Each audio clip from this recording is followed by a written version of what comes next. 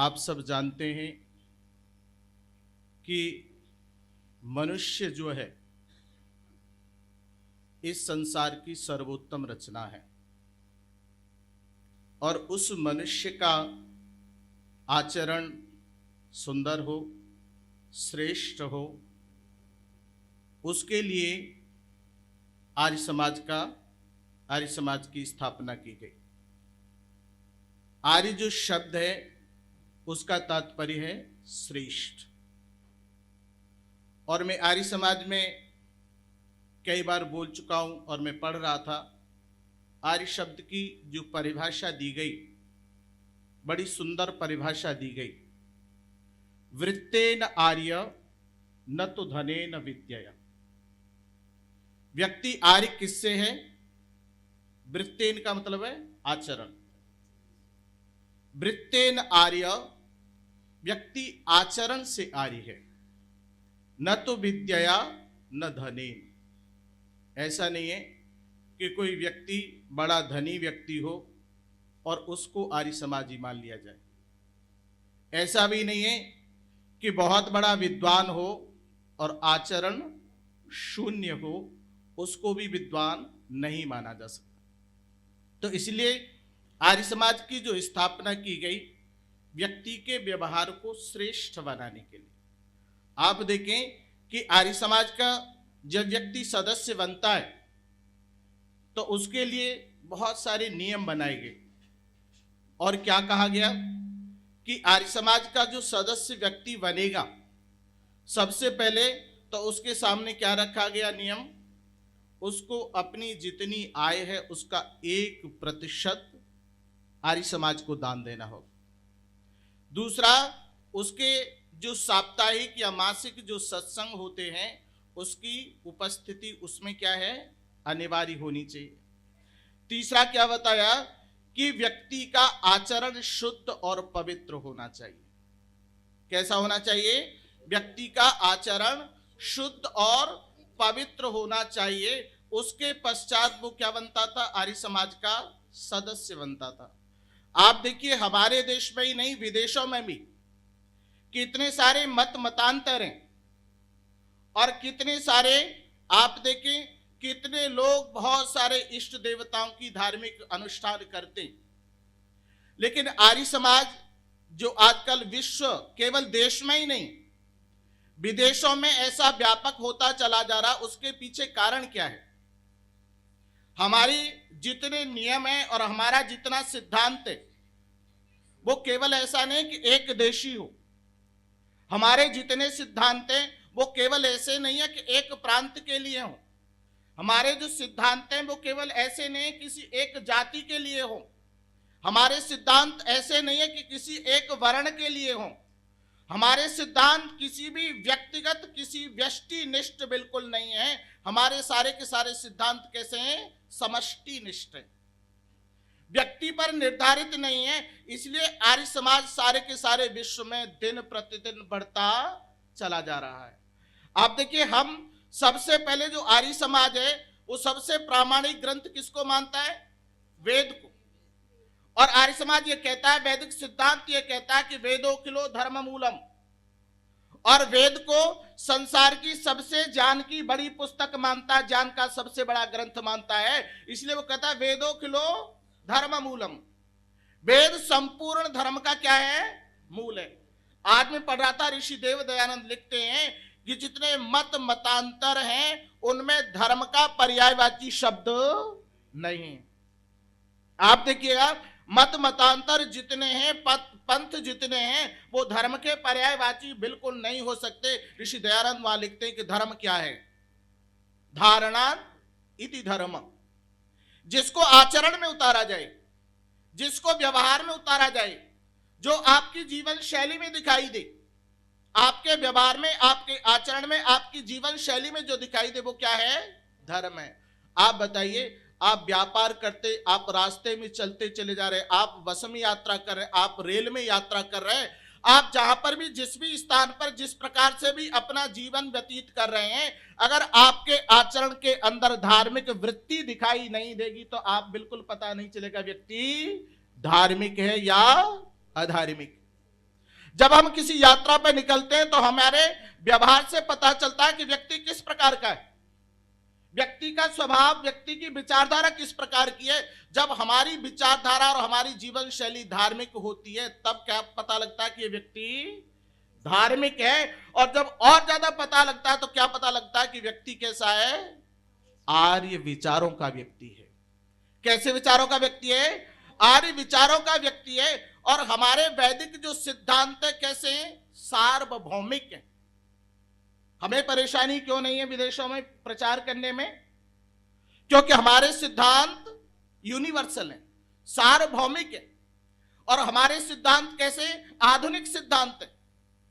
हमारे सिद्धांत सार्वभौमिक है और हमारे सिद्धांत आधुनिक है। कैसे, आप विचार कीजिए, बताइए वैदिक सिद्धांत क्या मानता है कि पंच यज्ञों का व्यक्ति को प्रतिदिन क्या करना चाहिए, विधान अनुष्ठान करना चाहिए। आप देखिए कौन सा ऐसा देश है कि इनका कोई विरोध कर सकता है।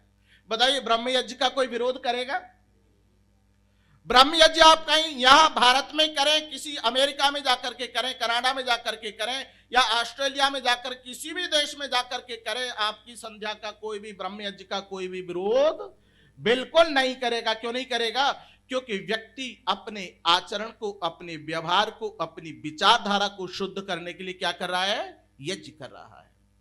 दूसरा आप देखिए, देव यज्ञ जब करते हैं तो देव यज्ञ के अंदर भी क्या है, आप बताइए, देव यज्ञ को जब हम करते हैं तो उसके पीछे उद्देश्य क्या होता है कि समाज में, वातावरण में जिस प्रकार का प्रदूषण व्याप्त है, उस प्रदूषण को जब हम दूर करना चाहते हैं तो क्या करना शुरू करते हैं, देव यज्ञ करना शुरू करते हैं। और मंत्रोच्चारण जब हम करते तो क्या करते हैं, अपने आंतरिक जीवन का जो प्रदूषण है उस प्रदूषण को दूर करना चाहते हैं। बताइए जब खुले वातावरण में आप यज्ञ करने बैठेंगे तो दुनिया का कोई भी देश कभी भी विरोध नहीं कर सकता, क्योंकि हम देव यज्ञ, ब्रह्म यज्ञ करें, देव यज्ञ करें। आप बताइए अतिथि यज्ञ का कौन विरोध करे? अतिथि यज्ञ का, हम विदेशों की यात्रा पर जाते हैं और विदेशी हमारे यहां आते हैं, हम क्या करते हैं, अतिथि देवो भव। बताइए वैदिक विचारधारा इसलिए विश्व व्यापक होती चली जा रही है कि अतिथि देवो भव, जो व्यक्ति बाहर से आया उसका हमने अपने घर में आकर के क्या किया, सम्मान किया, उसको सम्मान दिया। और जब हम विदेश में गए तो हमें भी सम्मान मिला। आप देखिए जब मैं विदेश जाता हूं या कोई भी व्यक्ति जाता है, मंत्री जी ने गलत बोला था, मैं कभी विदेश नहीं गया, तो जब भी कोई व्यक्ति विदेश यात्रा पर जाता है तो क्या चाहता है, पूरे के पूरे देश का प्रतिनिधित्व करता है कि नहीं करता है?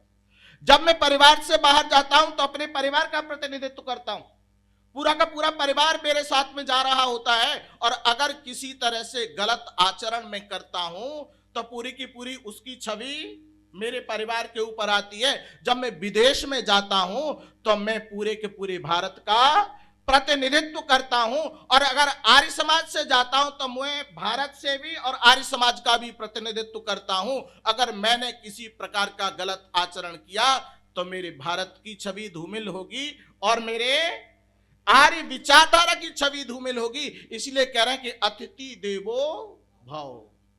सबसे पहले बताइए इस यज्ञ का कोई विरोध कर सकता है? पितृ यज्ञ का विरोध कौन करेगा? पितृ यज्ञ जो वृद्ध माता पिता हैं उसका कोई विरोध कर सकता है? कभी भी कोई विरोध नहीं कर सकता। बताइए आपके जो सिद्धांत है, आपकी जो विचारधारा है वो कैसी है? सार्वभौमिक है। कोई इसका कभी भी विरोध नहीं कर सकता, कह नहीं सकता कि मुझे माता पिता की सेवा नहीं करनी है।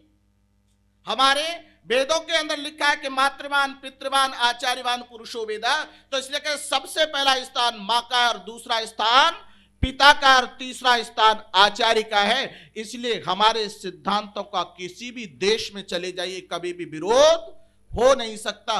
बल वैश्य देव यज्ञ, आप देखिए सारी की सारी सरकार क्या कर रही है, पशु पक्षियों की रक्षा के लिए योजनाएं ला रही है कि नहीं ला रही है? पशु पक्षियों को सुरक्षित रखना चाहती है कि नहीं रखना चाहती?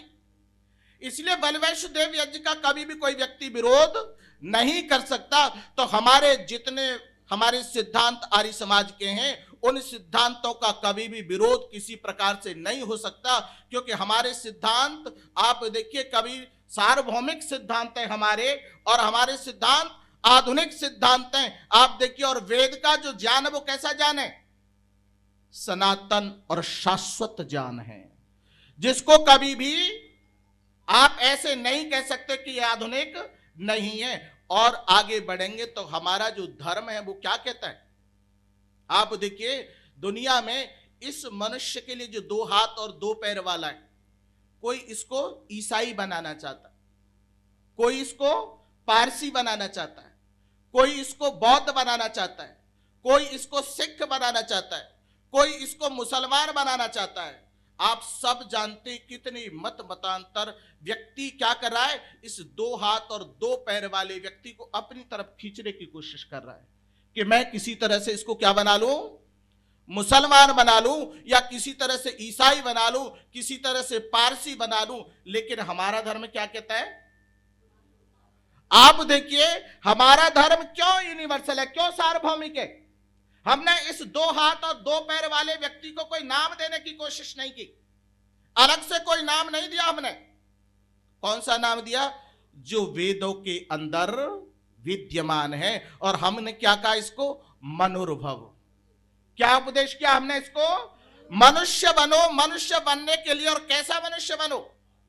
श्रेष्ठ मनुष्य बनो। इसलिए हमने कभी भी इस व्यक्ति को 2 हाथ और 2 पैर वाले इस इंसान मनुष्य को कोई किसी तरह से अलग विशेष नाम देने की, केवल यह कहा हमने कि आपको क्या करना है? आपको अपने आर्यत्व को जीवित रखना है। आपने अपने आर्यत्व को जीवित रखना है, और आर्यत्व अपनी श्रेष्ठता को जब आप जीवित रखें तो क्या होगा? ये आर्य समाज दिन प्रतिदिन विश्वव्यापक होती चली जाएगी। और निरंतर आप देख रहे हैं कितने बड़े बड़े महासम्मेलन हो रहे हैं, और उन सम्मेलनों का ही परिणाम क्या है कि आर्य समाज दिन प्रतिदिन बढ़ता चला जा रहा है। आप देखिए, आर्य समाज शिक्षा के क्षेत्र में ऋषि देव दयानंद ने क्या लिखा? ऋषि देव दयानंद की जब मृत्यु हुई 9 नवंबर 1883 में, जब शोक सभा हुई, तो एक प्रस्ताव किया गया कि स्वामी जी के स्मरण में, स्मृति में कोई शिक्षण संस्थाएं प्रारंभ की जाएं, शिक्षण संस्थाएं प्रारंभ की जाएं। और वह निर्णय लिया गया कि शिक्षण संस्थाएं डीएवी के रूप में प्रारंभ की गई। और आप देखिएगा वहां उसका जो उद्देश्य क्या रखा गया? मैथ, साइंस, आप देखें एसएसटी, साइंस सब बच्चे पढ़ते, सब जगह पढ़ते। लेकिन बताइए, क्या नैतिकता की आवश्यकता नहीं है जीवन में? दुनिया परेशान है कि नहीं? जहां बच्चे अनैतिक हैं, जहां बच्चों का व्यवहार ठीक नहीं है, जहां बच्चों का आचरण ठीक नहीं है, लोग परेशान हैं कि नहीं है? और क्या किया गया? उस दिन ये निर्णय लिया गया कि डीएवी शिक्षण संस्थाएं प्रारंभ की जाएंगी, और उसमें नैतिक शिक्षा अनिवार्य रूप से होगी। नैतिक शिक्षा कैसे होगी? अनिवार्य रूप से होगी। और डीएवी शिक्षण संस्थाएं प्रारंभ की गई। दूसरी और शिक्षण संस्थाएं प्रारंभ की गई, वो बहुत प्राचीन थी। आप देखिए, गुरुकुल शिक्षा प्रणाली। गुरुकुल शिक्षा प्रणाली, वेद को समझने के लिए क्या पढ़ना पड़ेगा? वेद को समझने के लिए संस्कृत व्याकरण पढ़ना पड़ेगा कि नहीं पढ़ना पड़ेगा? आप देखें, अच्छी तरह से अष्टाध्याय याद करनी पड़ेगी कि नहीं करनी पड़ेगी? धातु पाठ याद करना पड़ेगा कि नहीं करना पड़ेगा? क्योंकि आप बताइए, मैं जैसे खड़ा हुआ प्रवचन दे रहा हूं, वो किसकी देन है? गुरुकुलों की। इसलिए गुरुकुल की शिक्षा प्रणाली भी प्रारंभ की गई। और सबसे ज्यादा अगर आर्य समाज जीवित है तो किसकी वजह से जीवित है? गुरुकुल शिक्षा प्रणाली की वजह से जीवित है। आपको वेद के मंत्र सुनाने वाला व्यक्ति नहीं मिलेगा। अगर गुरुकुल शिक्षा प्रणाली ना हो तो वेद के मंत्र सुनाने वाला व्यक्ति नहीं मिलेगा, आपको उपनिषदों पे चर्चा करने वाला व्यक्ति नहीं मिलेगा, आपको दर्शनों पे चर्चा करने वाला व्यक्ति नहीं मिलेगा। आप कह रहे हैं ब्राह्मण ग्रंथों पे अगर आप चर्चा करना चाहते हैं तो ब्राह्मण ग्रंथों पे चर्चा करने वाला व्यक्ति नहीं मिलेगा। इसलिए दूसरी क्या? गुरुकुल शिक्षा प्रणाली प्रारंभ की गई। बताइए, और गुरुकुल देशों में, विदेशों में पुरोहित्य कर्मकांड के लिए हमारे यहां से लोग जाते कि नहीं जाते? बताइए, हमारे सिद्धांत सार्वभौमिक है कि नहीं है? विदेशों में कितने ब्राह्मण लोग जिनका पठन पाठन, जिनकी जीवन शैली अच्छी है, जिनका मंत्रोच्चारण अच्छा है, वो विदेशों में क्या करने जाते हैं? प्रचार और प्रसार के लिए जाते हैं। और वो किसकी देन है? आर्य समाज की देन है और गुरुकुल शिक्षा प्रणाली की देन है। आप देखिएगा, गुरुकुल शिक्षा प्रणाली अगर ना हो तो वेद मंत्रों में, आप प्राचीन काल में जो देखा गया था कि वेद मंत्रों में हमारे यहां जो लोग आए और हमारे साहित्य में जिन्होंने मिलाने की, मिश्रण करने की कोशिश की, अगर गुरुकुल नहीं होते तो वो वेद के मंत्रों में भी मिलावट कर देते। और वेदों में जो जटा शिखा ध्वजो कह रहे हैं, अष्ट विकृतियां जो होती हैं, जटा माला शिखा रेखा ध्वजो दंडो रथो गना, जो अष्ट विकृतियां होती हैं और जिनका पता करने से क्या चलता है कि हमारे वेद मंत्र में किसी प्रकार की कोई अशुद्धि या कोई गलती या कोई मिश्रण नहीं किया गया है। इसलिए गुरुकुल शिक्षा प्रणाली को प्रारंभ किया गया है। और देखिए क्या कहते थे लोग, मेरी माताएं और बहनें बैठी हैं, ज्यादा संख्या में बैठी, ये ऋषि दयानंद की देन। किसकी देन है? ऋषि दयानंद की देन है। लोग क्या कहते थे? स्त्री शूद्र नाधीयताम इति श्रुते, कह रहे स्त्री और शूद्र को वेद मंत्रों का उच्चारण नहीं करना चाहिए। आजकल भी लोग कह देते हैं कि किसी प्रकार से स्त्री और शूद्र को वेद मंत्रों का उच्चारण नहीं करना चाहिए। ऋषि दयानंद ने क्या कहा कि वेदों का निर्माण, ईश्वर ने वेदों का जो ज्ञान दिया है वो किसके लिए? मनुष्य मात्र के लिए दिया है। आप देखिए, जाति प्रथा, कुरीतियां, ऐसी बहुत सारी समस्याएं हमारे देश के अंदर थी जो समाज को पतन के रास्ते पर ले जा रही थी, समाज को विघटित करती चली जा रही थी, समाज को तोड़ती चली जा रही थी। लेकिन ऋषि दयानंद ने आकर के क्या किया? सबसे ज्यादा विरोध ऋषि देव दयानंद ने किया। और दयानंद ने क्या बताया कि वेद सबको पढ़ना चाहिए। और मातृशक्ति को तो क्या कह दिया? स्त्री ब्रह्मा बभूविथ। ऋषि दयानंद ने कहा, स्त्री, वेद के मंत्र को सबके समक्ष रख करके क्या कहा? स्त्री ब्रह्मा बभूविथ। आप देखिए, संसार का सबसे बड़ा विद्यालय है तो वो कौन है? गृहस्थ है। सबसे बड़ी पाठशाला है।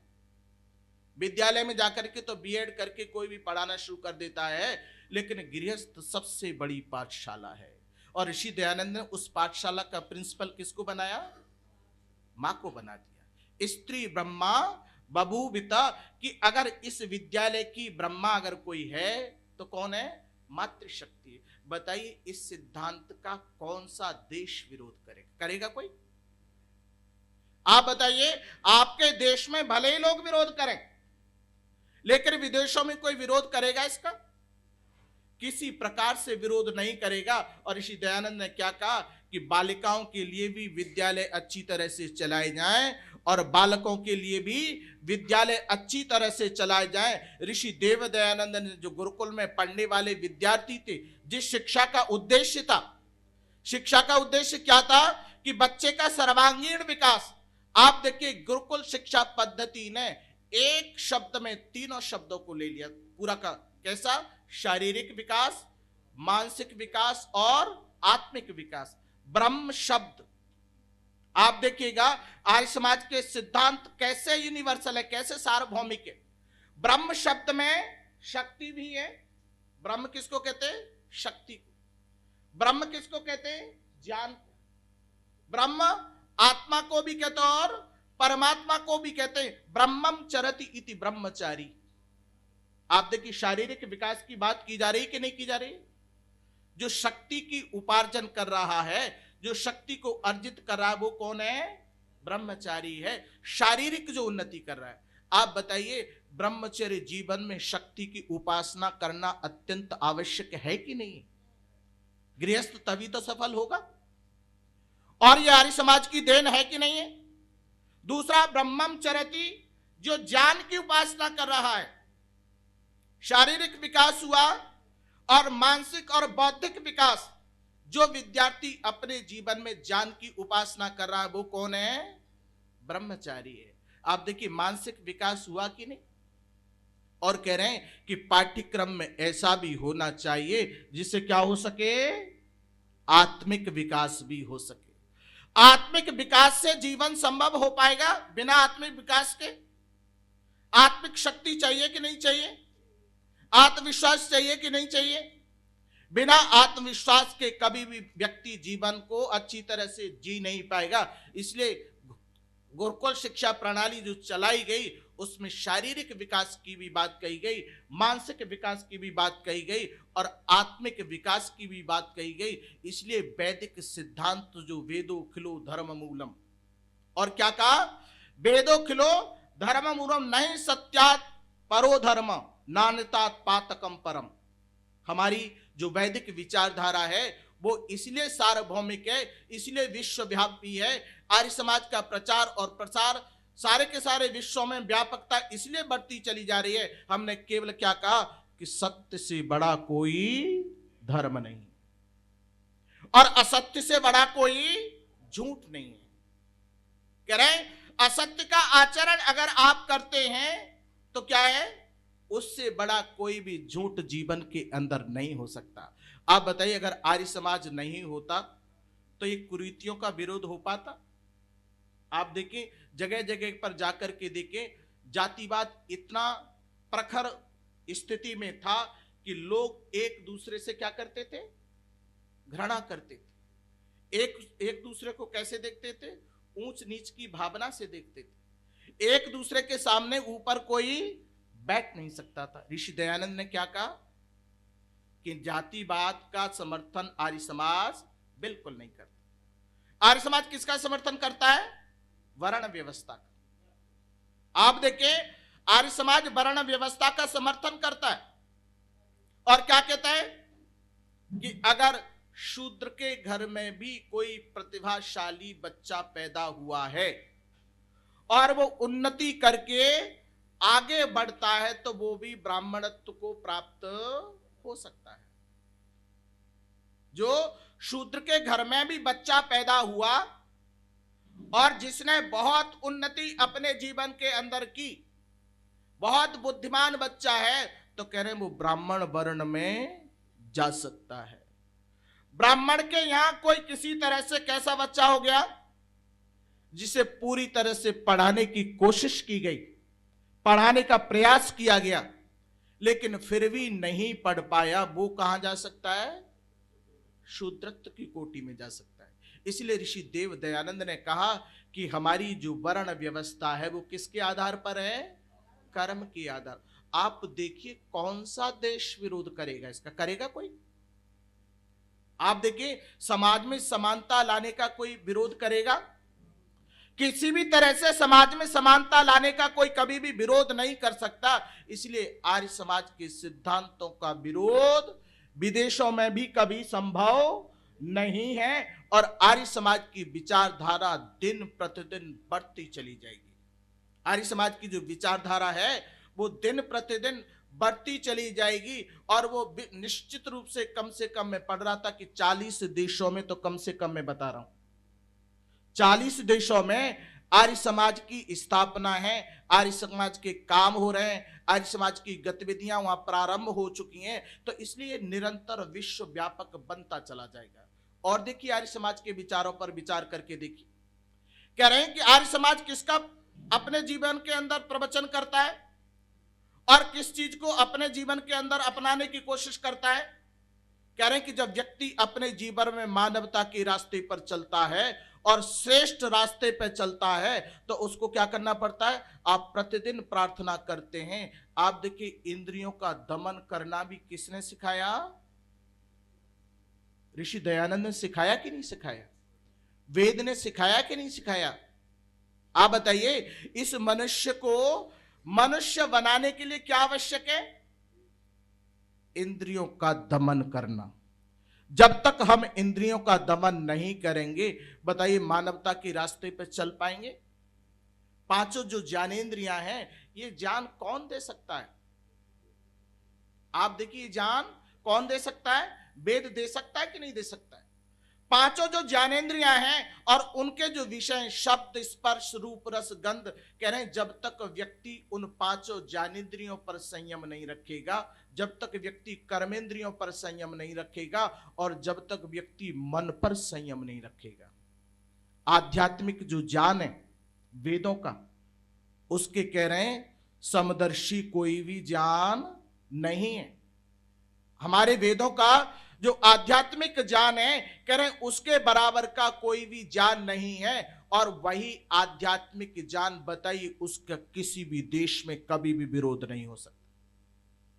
किसी भी देश में जाएंगे आप बताइए, वाणी पे संयम रखना कौन सा देश मना करेगा? क्यों जी करेगा? वाणी पे संयम रखना कोई देश कभी विरोध नहीं कर सकता। हमारे चक्षुओं पे संयम रखना कोई विरोध करेगा? हमारे कानों पे क्या करना? संयम रखना। नासिका पे संयम रखना, त्वचा पे संयम रखना, आप बताइए कौन विरोध करेगा? पांचों ज्ञानेंद्रियां, पांचों कर्मेंद्रियां और इनका अधिष्ठाता जो मन है, आप देखिए इनका अधिष्ठाता जो मन है, आप बताइए ये पूरे के पूरे एकादश जो है, और हमारी भारतीय संस्कृति में इस एकादश को पूरी तरह से क्या करना है? संयम में रखना है। आप जब इसको संयम में रखेंगे तो आप बताइए आपकी जीवन शैली में बदलाव आएगा कि नहीं आएगा? आपने जो पूरे के पूरे आत्मा के उपकरण थे, गाड़ी के जितने उपकरण होते हैं, आप दिन प्रतिदिन जब कहीं यात्रा पर निकलते चेक करते कि नहीं चेक करते?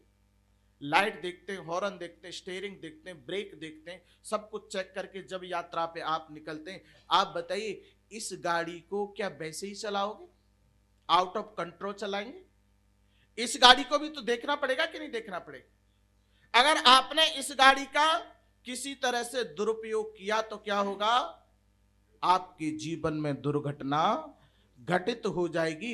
इसलिए क्या कहा कि आपको पूरे के पूरे एकादश जो पांच कर्मेंद्रियां, पांच ज्ञानेंद्रियां और इनका अधिष्ठाता मन, आपके संयम, आपके वश में रहना चाहिए। और ये ज्ञान कौन दे रहा है? वेद दे रहा है। और ये ज्ञान कैसा है? आप बताइए, ये ज्ञान क्या ऐसा है कि आज लागू और कल नहीं होगा? ऐसा नहीं है ना। कैसा है? सनातन। कैसा है? शाश्वत है। किसी व्यक्ति को जीवन में आवश्यकता नहीं इसकी, और कब नहीं होगी, पहले भी थी, आज भी और आगे भी चल करके होगी। और प्रतिदिन आप उच्चारण उन मंत्रों का करते, यज्जाग्रतो दूरमुदयति दैवम तद सुप्तस्य तथैवैति दूरं गमं ज्योतिषाम ज्योतिरेकम तन्मे मनः शिव संकल्पमस्तु। ये मन कैसा है?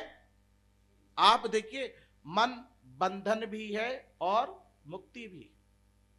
ये ज्ञान कौन देगा विदेशों में जाकर के? बंधन, ये मन बंधन का भी कारण है और मुक्ति का भी कारण है। ये अटैचमेंट भी है और डिटैचमेंट भी है। आपकी इतनी बड़ी आसक्ति पैदा कर देगा कि आप इस कुर्सी को भी छोड़ने के लिए तैयार नहीं होंगे, और इतनी बड़ी विरक्ति पैदा कर देगा आपके मन में कि कुर्सी आपको बेकार लगने लग जाएगी।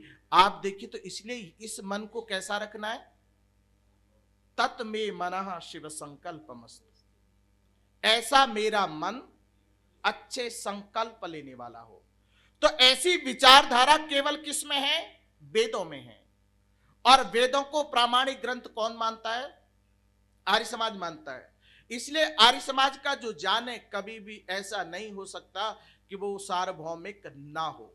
आर्य समाज का ज्ञान दिन प्रतिदिन सार्वभौमिक होता चला जाएगा। और हमारी वैदिक परंपरा में तो सबसे बड़ा स्थान व्यक्ति के आचरण को दिया जाता है, और ये कहा जाता है आचारहीनम न पुनन्ति वेदा। आचारहीनम न पुनन्ति वेदा। आप देखिए, अगर मेरे जीवन में आचरण नहीं है, मैं आचरण शून्य हूं, तो मेरे में और पशु में कोई अंतर नहीं है। मेरा आर्यत्व तो समाप्त हो जाएगा, मेरे श्रेष्ठता के लक्षण समाप्त हो जाएंगे। अगर मेरे अंदर, कह रहे हैं, मानवता के गुण नहीं हैं, तो मेरे में और पशु में कोई अंतर नहीं है। इसलिए मनुष्य की और पशु की जो परिभाषा की गई, बड़ी सुंदर परिभाषा की गई। और क्या कहा कि मत्वा कर्माणि सिद्ध्यति इति मनुष्य। ये वेद का विचार है। क्या कह रहे हैं कि जो व्यक्ति सोच करके समझ करके किसी काम को करता वो कौन है? मनुष्य है। पश्यति इति पशु, जो केवल किसी वस्तु को देखता उसको क्या कहते? पशु कहते। तो इसलिए हमें कह रहे हैं आचारहीनम, सबसे ज्यादा जो कुछ हम वेदों में अपने धार्मिक ग्रंथों में ऋषि दयानंद का आर्य समाज की स्थापना करने के पीछे उद्देश्य यही था कि मनुष्य क्या बन जाए? मनुष्य बन जाए। आप देखिए वसुधैव कुटुंबकम की जो भावना है वो वैदिक विचारधारा ही तो है कि नहीं? हम कभी किसी से घृणा और द्वेष नहीं करते, हम विदेशी से भी घृणा और द्वेष नहीं करते। बताइए इतना बड़ा सिद्धांत, इससे ज्यादा विश्व व्यापकता कहां हो सकती है? हम कभी भी दूसरे के विकास को देख करके उससे कभी भी ईर्ष्या द्वेष नहीं करते और दूसरे को देख करके कभी भी घृणा की स्थिति हमारे अंतःकरण में पैदा नहीं होती। क्यों? क्योंकि हमने संध्या में मंत्रों का उच्चारण करके क्या सीखा है? युष्मान द्वेष्टि यम वयम द्विष्मः तंबू जंभे दद्मः। आप बताइए इतनी शक्ति अगर पैदा हम अपने अंतःकरण में नहीं करेंगे, आप देखिए केवल विश्व व्यापकता का तात्पर्य इतने से ही नहीं है कि केवल बहुत बड़ा कार्यक्रम कर लिया जाए और उससे ही विश्व व्यापकता हो जाए। मनुष्य के अंतःकरण में जब तक आध्यात्मिक ज्ञान मनुष्य के अंतःकरण में नहीं होगा वो संयम कभी भी कर नहीं पाएगा, अपने ज्ञान को कभी भी विदेशों तक पहुंचा नहीं पाएगा और कोई विदेशी आएगा तो उसको उचित सम्मान नहीं दे पाएगा। इसलिए वैदिक परंपरा ही ऐसी है कि क्या करे? युष्मान द्वेष्टि यम वयम दुष्मा। हे ईश्वर इतनी शक्ति और सामर्थ्य दे दो कि जो मेरे से द्वेष करता है और जिससे मैं द्वेष करता हूं मैं उसको क्या करूं? आपको समर्पित कर रहा हूं। इतनी आप बताइए जो हमारे अंदर राग और द्वेष बैठा हुआ है उसको समाप्त करने की क्षमता भी वेद के मंत्र ही देते हैं। संध्या के जो मंत्र हैं वो ही इसको आप बताइए क्षमता शक्ति देते हैं कि नहीं देते हैं? वही शक्ति देते हैं कि उस राग और द्वेष को हमें क्या करना है? समाप्त करना है। और ये सबसे बड़ा ज्ञान किसका है? वेद का ज्ञान है। ऐसी शक्ति और सामर्थ्य अगर मेरे अंतःकरण में पैदा हो जाएगा तो मैं कभी भी अधर्मी नहीं बन पाऊंगा, मेरा आचरण कभी भी गलत आचरण नहीं हो पाएगा। तो इसलिए हम दिन प्रतिदिन ऋषि देव दयानंद ने जो संकल्प लिया था, ऋषि दयानंद ने जिस संकल्प को लेकर के आर्य समाज की स्थापना की थी और जो दिन प्रतिदिन देशों में विदेशों में विश्व में व्यापक होती चली जा रही है, हम सब लोग ऋषि दयानंद के अनुयायी हैं। और ऋषि दयानंद ने क्या कहा था? उनको कितने बड़े प्रलोभन दिए गए, ऐसे ऐसे प्रलोभन दिए गए कि महाराज आप यहाँ के मठाधीश बन जाइए और आपकी आय मासिक लाखों में आय आपकी होगी। लेकिन ऋषि दयानंद ने क्या कहा? आप मेरी उंगलियों की बत्तियां बना करके जला दो लेकिन मैं अपने सिद्धांत से पीछे नहीं हटूंगा। तो ये संकल्प हमें लेना पड़ेगा कि नहीं लेना पड़ेगा? आप बताइए। और ऐसे ग्रंथ के लिए उन्होंने प्रमाण ग्रंथ भी किसको माना? वेद को इसलिए माना गया कि वो कैसा है? अपौरुषेय है। ईश्वर ने वेद का ज्ञान बताओ क्या भारत के लोगों के लिए दिया था? आप बताइए यूनिवर्सल क्यों है? क्योंकि भारत के लिए नहीं दिया था, मनुष्य मात्र के लिए वेदों का ज्ञान दिया था। और भारतीय संस्कृति है कि उस ज्ञान का दिन प्रतिदिन प्रचार और प्रसार करती चली जा रही है। और मैं तो कहता हूं कि अगर हम सब लोगों का सामर्थ्य इसको मिलेगा, हम सब लोगों का सहयोग इसको मिलेगा तो ये दिन प्रतिदिन बढ़ता चला जाएगा। और इससे सबसे बड़ी शिक्षा किससे दी जा सकती है? अपने आचरण से। आप देखिए व्यक्ति प्रवचन से कम शिक्षा दे पाता है, आचरण से ज्यादा दे पाता है। तो इन जो ऋषि दयानंद की विचारधारा है, आर्य समाज की जो विचारधारा है, आर्य समाज का जो मूल सिद्धांत है, उन सिद्धांतों को, और वो सिद्धांत भी कैसे? जो सार्वभौमिक सिद्धांत हैं, कोई जिनको कभी भी तर्क के माध्यम से, तर्क की कसौटी पे पूरी तरह से खरे उतरते हैं, ऐसे सार्वभौमिक सिद्धांतों को अपने जीवन के अंदर अपनाएं, उनको आचरण में लाने की कोशिश करें। चाहे घर पे रहें, अपने देश में रहें या विदेश में रहें, अपने आचरण के माध्यम से दूसरों को सिखाने की कोशिश जब करेंगे तो निश्चित रूप से ये ज्ञान हमारा बढ़ता चला जाएगा। तो इसलिए आर्य समाज की जो विचारधारा है वो निश्चित रूप से दिन प्रतिदिन विश्व में व्याप्त होती चली जा रही है। और उसका कारण और भी है। मैंने आपको बहुत सारे उदाहरण देकर के समझाया कि हमारा वेदों का जो ज्ञान है वो सार्वभौमिक है। और आप देखिए हमारे पूर्वज जो आर्य समाजी हुए, उनकी तपस्या को देखिए, कैसे तपस्वी थे। उन्होंने आर्य समाज के सिद्धांतों को कैसे अपने जीवन में अपनाया। कह रहे कि एक वस्त्र बेचने वाले व्यापारी, और उनके यहां जब वस्त्र खरीदा गया तो 1.5 रुपए वाला वस्त्र बताते 2 रुपए में दे दिया सेवक ने। और जब वो मालिक आए तो उनको बताया कि मैंने ये 2 रुपए मीटर वस्त्र बेच दिया है। तो सेवक को डांटा मालिक ने, और क्या कहा, इसकी कीमत क्या है, 1.5 रुपए मीटर की कीमत, और ये तुमने 2 रुपए मीटर में क्यों दे दिया। ये किसके विचार हैं, आर्य समाज के विचार। आर्य समाज के विचार केवल इस 4 दीवारी तक ही थोड़े हैं। आर्य समाज को उठा करके हमें कहां ले जाना पड़ेगा, घर में ले जाना पड़ेगा। आर्य समाज के विचारों को उठा करके हमें अपने बच्चों के पास ले जाना पड़ेगा। आर्य समाज के विचारों को अपनी भोजनालय में ले जाना पड़ेगा। जब ऐसे आर्य समाज के विचारों को, जो सार्वभौमिक है, कैसे विचार हैं, सार्वभौमिक जो विचार हैं, उन विचारों को जब तक जन जन तक नहीं पहुंचाएंगे तब तक ये आर्य समाज और ज्यादा नहीं बढ़ेगा। इसलिए हम क्या करें, इसको विश्वव्यापक बनाने के लिए हर व्यक्ति को अपने जीवन में इसको उतारना पड़ेगा। तो हम सब संकल्प लें और दृढ़ संकल्प लें।